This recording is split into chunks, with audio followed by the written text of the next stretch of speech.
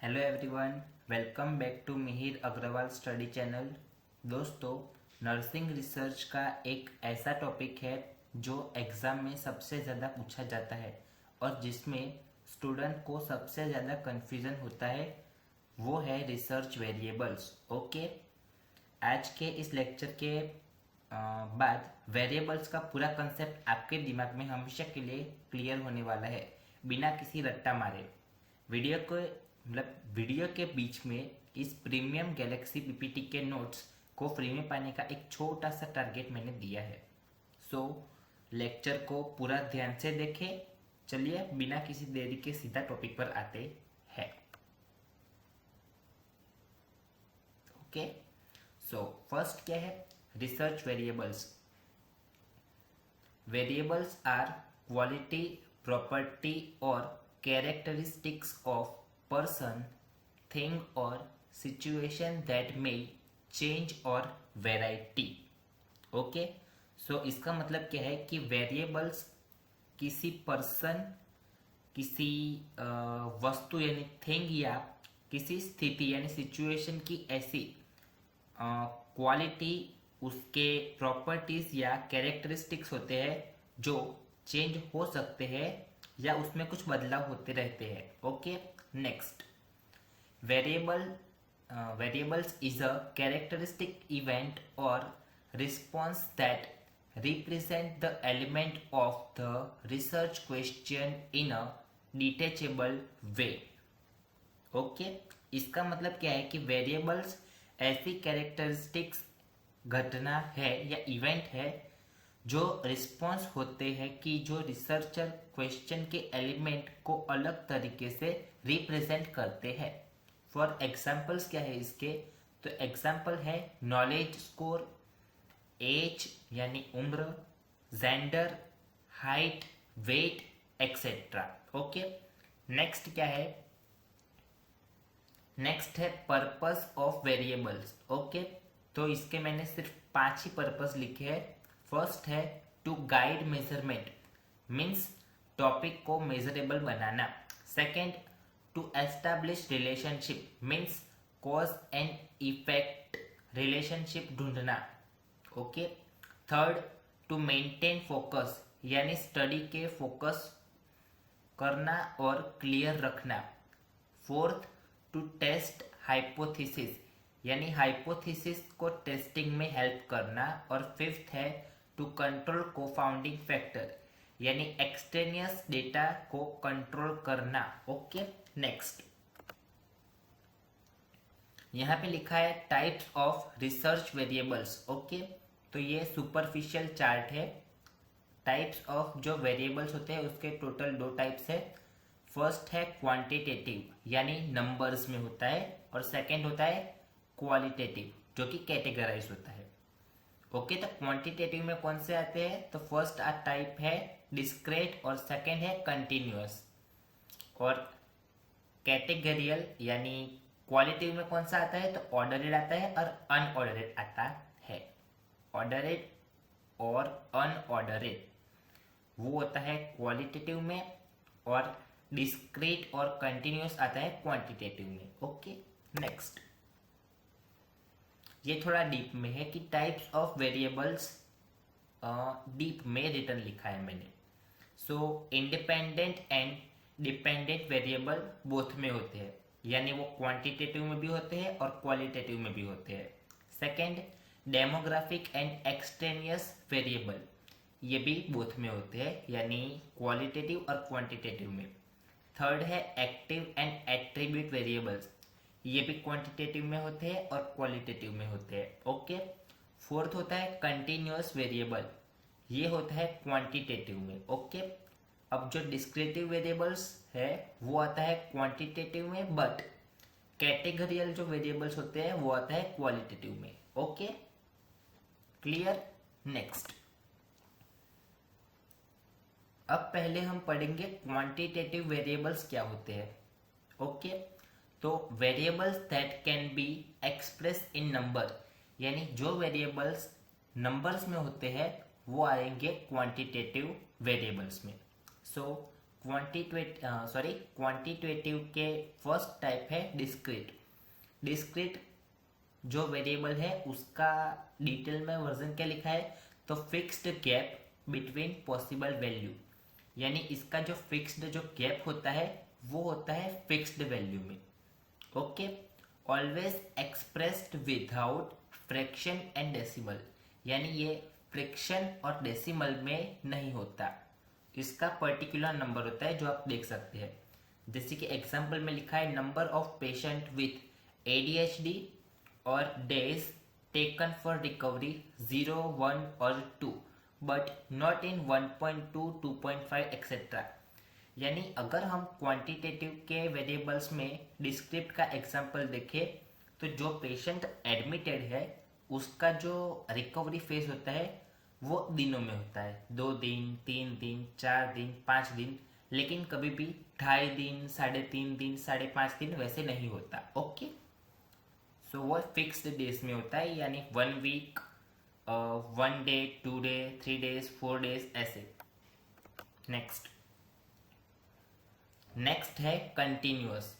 Continuous में क्या आएगा, no gap between possible value, इसमें जो गैप होता है उसमें कोई पॉसिबल वैल्यू नहीं होती। Next, possible to express with fraction and decimal. Okay, तो इसमें फ्रिक्शन भी होता है और डेसिबल भी होता है। सो इसके एग्जांपल्स क्या होंगे, एज, हाइट, वेट एक्सेट्रा। अब जो आपकी एज होती है वो 15 साल और 9 मंथ, फिर 21 साल, 7 ईयर्स। ओके, यहाँ पे लिखा भी है, इसकी जो एग्जाम्पल है वहां पे लिखा है 21 साल और 7 महीने। ओके, तो ये हो गया 21.7, फिर लिखा है 5.5 फीट फॉर हाइट। ओके, तो ये भी आया फ्रैक्शन एंड डेसिबल में। और लास्ट है 63.7 kg फॉर वेट, तो ये भी पॉइंट में है। ओके, मतलब ये नॉर्मल भी होता है, जैसे 21 साल का बंदा 5 फीट की हाइट, फिर 69 kg वेट, वैसे भी होता है और पॉइंट में भी होता है। ओके, नेक्स्ट होता है next point, qualitative variables. Okay, अब व्हाट इज क्वालिटेटिव वेरिएबल्स, तो यहाँ पे लिखा है numbers are used to mainly represent label और कैटेगराइज ऑफ वेरिएबल। सीधा और साफ मतलब है कि यहाँ पे कैटेगराइज किया जाता है। ओके, क्वालिटेटिव का सिंपल मतलब है कैटेगराइज। फर्स्ट टाइप है ऑर्डरेड, अरेंज इन असेंडिंग और descending order of magnitude. Okay, यहाँ पे आपको असेंडिंग और डिसेंडिंग करना होता है, उसको अरेंज करना होता है मैग्नीट्यूड में। यानी आपका जो मतलब एग्जाम्पल में देखा जाए तो पेन लेवल पहले कैसा होता है, मिल्ड होता है, फिर होता है मॉडरेट और फिर होता है सीवियर। सेकेंड एग्जाम्पल है SES लो, और थर्ड पॉइंट लिखा है improvement mild, moderate and severe level of pain. Okay, मतलब ये असेंडिंग में चलती है। असेंडिंग में कैसे होता है, तो पहले मिल्ड चलेगा, मिल्ड इन्फेक्शन, फिर होता है मॉडरेट इन्फेक्शन अगर ट्रीटमेंट टाइम पे ना करे तो, फिर मॉडरेट जो ट्रीटमेंट मतलब मॉडरेट इन्फेक्शन पे भी ट्रीटमेंट ना करे तो वो सीवियर होता है। और अगर डिसेंडिंग की बात करें तो सीवियर इन्फेक्शन है और आप ट्रीटमेंट कर रहे हो तो फिर वो होगी मॉडरेट इन्फेक्शन, और उस पर भी आपकी ट्रीटमेंट चलती है तो वो आगे चल के मिल्ड हो जाएगी और उसके बाद आप हेल्थी हो जाओगे। ओके, सो यहाँ पे लिखा है मैंने अरेंज इन असेंडिंग और descending order of magnitude. Okay, next है क्वालिटेटिव वेरिएबल्स, और उसका सेकेंड टाइप है अनऑर्डरेड। अब अनऑर्डरेड का मतलब क्या होता है, तो कि numbers are mainly used to categorize the data. यानी यहाँ पे अनऑर्डर्ड का मतलब होता है कैटेगराइज डेटा, और उसका एग्जाम्पल क्या होता है कि हम एग्जाम्पल में मतलब सीधी तरह बात करें तो कैटेगराइज होता है। अब कैटेगरीज कैसी होती है, तो जेंडर, मेल, फीमेल, फिर स्किन कलर कैसा होता है, तो fair, whitish, dark, okay, normal हम कलर की बात करें तो वो भी 7 होते हैं, आपको पता है। फिर मतलब जिसमें कैटेगरी निकाल सकते हैं वो सारे अनऑर्डर में आएंगे, और जिसको हम अरेंज कर सकते हैं फॉर असेंडिंग और डिसेंडिंग वो सारे आएंगे ऑर्डर्ड में। ओके, नेक्स्ट नेक्स्ट है इंडिपेंडेंट एंड डिपेंडेंट वेरिएबल। अब ये किस में आएगा? ये क्वालिटेटिव में भी आएगा और क्वांटिटेटिव में भी आएगा। ओके, सो यहाँ पे फर्स्ट पॉइंट लिखा है the variable that is manipulate और इंट्रोड्यूस बाय द रिसर्चर। अब ये पहला पॉइंट है वो इंडिपेंडेंट का है, और इसका मतलब होता है कि ये वो वेरिएबल होता है जिसमें रिसर्चर द्वारा कंट्रोल किया जाता है या इंट्रोड्यूस किया जाता है। Second point, it is the stimuli और एक्टिविटी दैट इज मैनिपुलेट और change by the researcher to create the effect on dependent variables. इसका क्या मतलब होता है कि ये एक ऐसा प्रभाव या एक्टिविटी है जिसे रिसर्चर बदलता है या मैनिपुलेट करता है ताकि डिपेंडेंट वेरिएबल पर इसका इफेक्ट देखा जा सके। इसका जो एग्जाम्पल है वो समझते हैं ताकि आपका ये इनडिपेंडेंट का जो पोर्शन है वो क्लियर हो। तो structure teaching programme on specific topic to assess effect on knowledge, यानी जब भी आप कम्युनिटी की पोस्टिंग पे जाते हो और वहाँ पर एज अ टीचिंग का कोई प्रोग्राम, हेल्थ टॉक देते हो या कोई प्रोग्राम करते हो, जैसे आप किसी एक टॉपिक पर, जैसे कौन सा कोई टॉपिक ले लेते हैं कि टीबी, आपने टीबी पे कोई प्रोग्राम किया या उसका हेल्थ एजुकेशन दिया, तो उसका असेस कर सकते हो कि आपके द्वारा दिए गए नॉलेज से क्या फर्क पड़ता है, फिर आप उसका डेटा लिख सकते हो। नेक्स्ट है डिपेंडेंट वेरिएबल। ओके, अब डिपेंडेंट वेरिएबल में क्या लिखा है? The outcome that is measurable. Okay, इसका मतलब है कि जिसको हम जिसका आउटपुट हम भाप सकते हैं। Okay, next, it is a outcome. क्या लिखा है? इट इज अ आउटकम और responsible due to the effect of independent variable which a researcher want to explain. इसका मतलब है कि ये इंडिपेंडेंट वेरिएबल के इफेक्ट से मिलने वाला रिस्पॉन्स या आउटपुट है जिससे रिसर्चर अपनी रिसर्च में एक्सप्लेन करना चाहता है या एक्सप्लेन करता है। इसके एग्जाम्पल्स क्या है? नॉलेज इम्प्रूवमेंट, यानी जब भी हम किसी पर्टिकुलर टॉपिक, जैसे कि टीबी का एक टॉपिक है, उसके ऊपर स्ट्रक्चर टीचिंग प्रोग्राम बनाते हैं, फिर उसको हम कम्युनिटी में जाके समझाते हैं या एक्सप्लेन करते हैं, तो उसके बाद उन गांव में नॉलेज मिलता है कि हाँ, अगर किसी को टीबी हुआ हो तो उसको हॉस्पिटल ले जाते हैं, ये ट्रीटमेंट कराते हैं, आइसोलेशन करते हैं। सो उस तरह से उन लोगों को नॉलेज मिलता है। ओके, सो ये डिपेंडेंट वेरिएबल में गिना जाता है। नेक्स्ट क्या है? नेक्स्ट है demographic and extraneous variable. Okay, तो फर्स्ट हमारा पॉइंट है डेमोग्राफिक वेरिएबल। सो डेमोग्राफिक का मतलब क्या होता है? जनसांख्यिक वेरिएबल। ओके, अब इसमें लिखा है characteristic and attribute of the study subject are considered as a demographic variable. इसका यह मतलब होता है कि जिस व्यक्ति या ग्रुप पर हम रिसर्च कर रहे हैं या हो रही है, कि जो भी कैरेक्टरिस्टिक और विशेषताएं मतलब एट्रीब्यूट हो, उसको हम डेमोग्राफिक वेरिएबल मान सकते हैं। ओके, अब उसका जो एग्जाम्पल है वो क्या हो सकता है? तो वो एज यानी उम्र हो सकती है, जेंडर यानी जाति हो सकती है, कोई पर्टिकुलर टॉपिक का एजुकेशन हो सकता है, जैसे मैं अभी आपको पढ़ा रहा हूँ, वो क्या है? एजुकेशन है। पर मैं एजुकेशन में भी आपको पर्सनली क्या पढ़ा रहा हूँ? Nursing education. ओके, सो फिर आएगा रिलीजियन, फिर आती है टाइप्स ऑफ फैमिली, और आएगा बाद में सोशियो इकोनॉमिक स्टेटस। ओके, अब नेक्स्ट यहाँ पर एक्सटेनियस वेरिएबल पढ़ाने से पहले एक इम्पोर्टेंट अनाउंसमेंट मैं आपको दे देता हूँ कि इस वीडियो पर 20 लाइक और 10 कमेंट आते हैं तो मैं यही पीपीटी को इसी कमेंट सेक्शन के अंदर पिन कर दूंगा ताकि आप इसको डाउनलोड कर सको, इसको पढ़ सको और इसकी नोट्स बना सको। ओके, सो वहीं पे आप अपना ओपिनियन भी मेरे को दे सकते हैं कि मैं नेक्स्ट किस टॉपिक पे वीडियो बनाऊं। ओके, सो बढ़ते हैं आगे। तो यहाँ पे लिखा है एक्सट्रेनियस वेरिएबल। अब एक्सट्रेनियस वेरिएबल में क्या आता है, तो पहले हम देखेंगे कि यहाँ एक्सट्रेनियस वेरिएबल कहता क्या है। These are the factors that are not the part of the study but mainly affect the measurement of the study variable।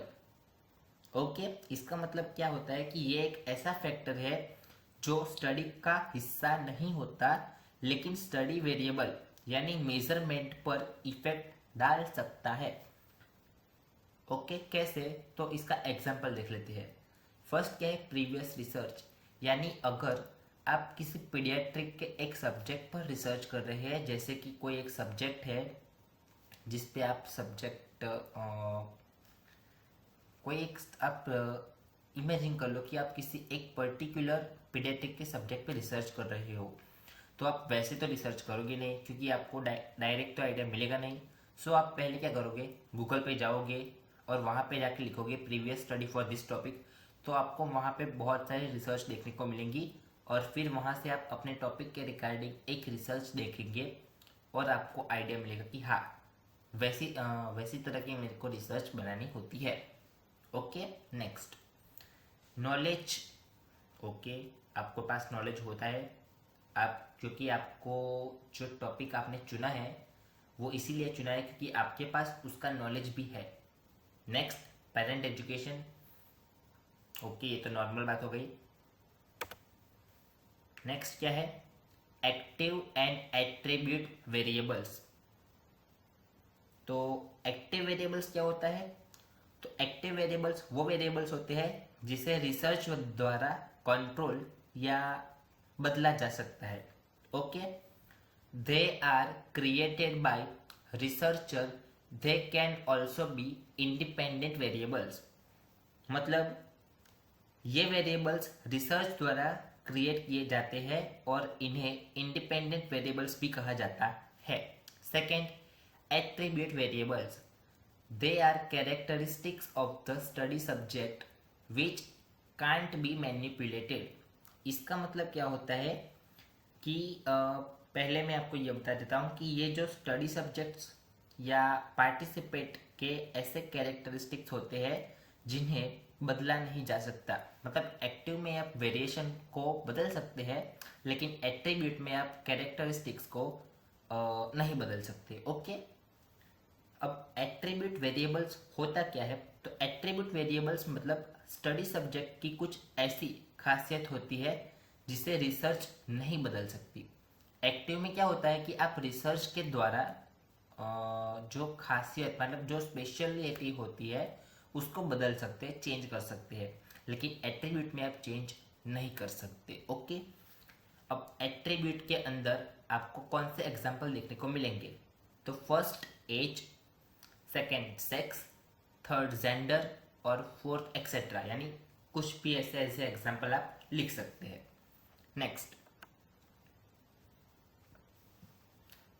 यहाँ पे लिखा है एक रिसर्च का एग्जाम्पल आपको मैंने दिया है और उसके बाद में लिखा है स्टडी वेरिएबल्स। ओके, सो मैंने एग्जाम्पल में आपको एक रिसर्च का स्टेटमेंट लिखा है जो आप देख सकते हैं यहाँ पर, और उसके पास में आपको मैंने स्टडी वेरिएबल्स लिखे हैं। यहाँ पे मैंने इतना डिटेल में लिखा है कि आप इसे पढ़ के आपको आइडिया आ जाएगा कि एक स्टेटमेंट से आप उसके वेरिएबल्स कैसे निकाल सकते हैं। तो पहले हम स्टेटमेंट पढ़ते हैं। यहाँ पे लिखा है experimental study to assess the effectiveness of a certain training module in terms of change in assertive behaviors among nursing student study at selective nursing college of etc। अब यहाँ पे मैंने specific location like Gujarat, Punjab, Maharashtra, Delhi etcetera. मैंने कोई भी specific location इसलिए नहीं रखी क्योंकि यहाँ पर मैं कोई स्पेसिफिक भेदभाव नहीं करना चाहता, इसलिए मैंने यहाँ पे गुजरात, पंजाब, महाराष्ट्र, दिल्ली जैसी जगह लिखी है। आप लोग जब भी इसकी नोट्स बनाओ तो आप अपने अकॉर्डिंग अपनी जगह लिख सकते हैं। ओके, सो अब बारी है स्टडी के वेरिएबल्स की। ओके, सो आप स्टडी वेरिएबल्स में क्या कर सकते हैं, तो इंडिपेंडेंट वेरिएबल पूछे तो आप लिख सकते हैं असर्टिव ट्रेनिंग मॉड्यूल। फिर डिपेंडेंट की बात करें तो वहाँ पे आएगा असर्टिव बिहेवियर, यह है असर्टिव बिहेवियर। अब एक्सटेरेनियस की बात करें तो noise in the room, room में आवाज़ आनी, फटीक, चक्कर आना, डिजनेस होना, ये सब एक्सटेरेनियस में आएगा। को फाउंडिंग में आएगा इंट्रोवर्ट और एक्सट्रोवर्ट। आपको पता होगा कि इंट्रोवर्ट क्या है और एक्सट्रोवर्ट क्या है। ओके, पता हो तो मेरे को कमेंट में बता देना, नहीं पता तो मैं आपको बता दूंगा। Okay, next moderate. अब मॉडरेट का मतलब होता है gender of the student. Okay, यानी मेल या फीमेल होना। ओके, सो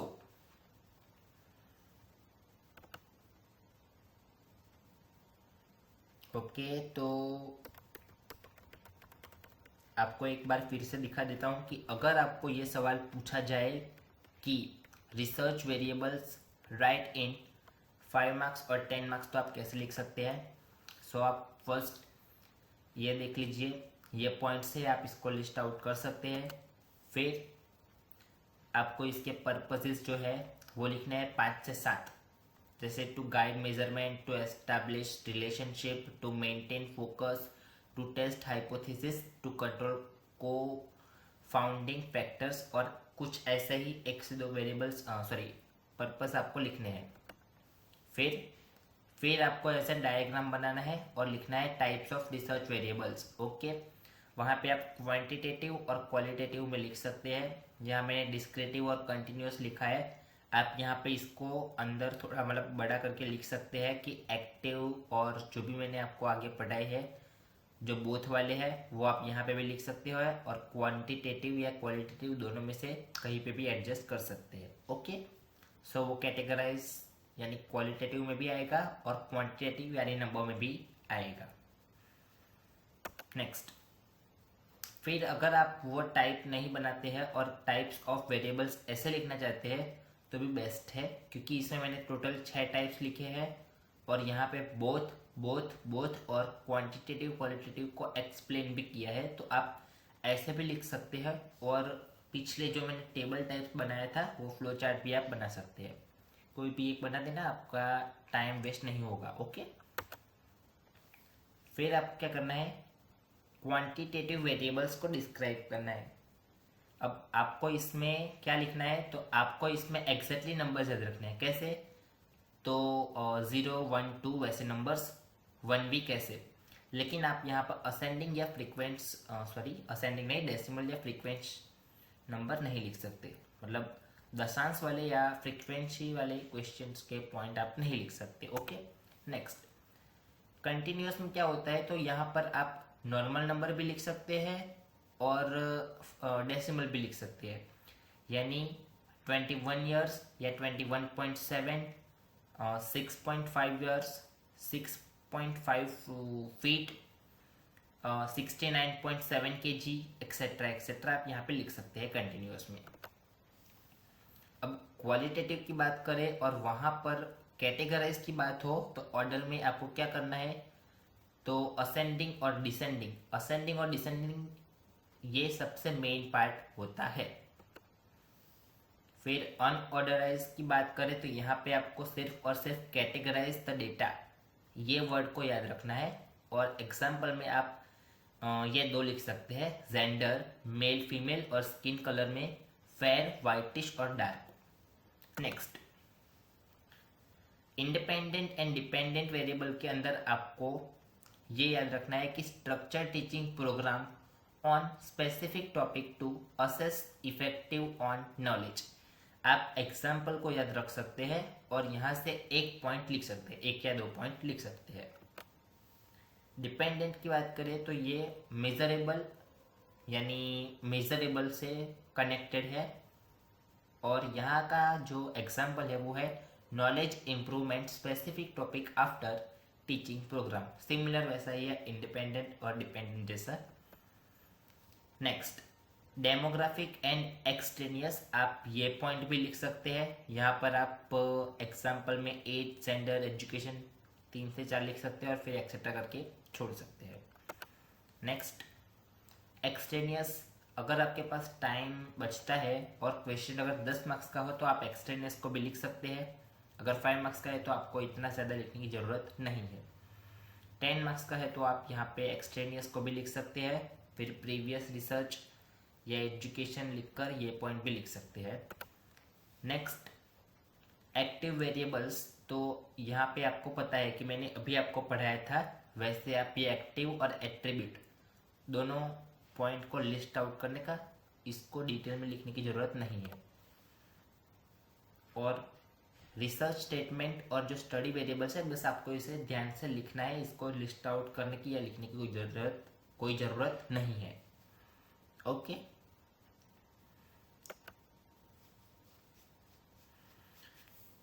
तो दोस्तों ये था रिसर्च वेरिएबल के सारे टाइप्स और उनके इजी एग्जांपल। मुझे पूरा भरोसा है कि अब आपको इंडिपेंडेंट डिपेंडेंट वेरिएबल में कोई डाउट नहीं होगा।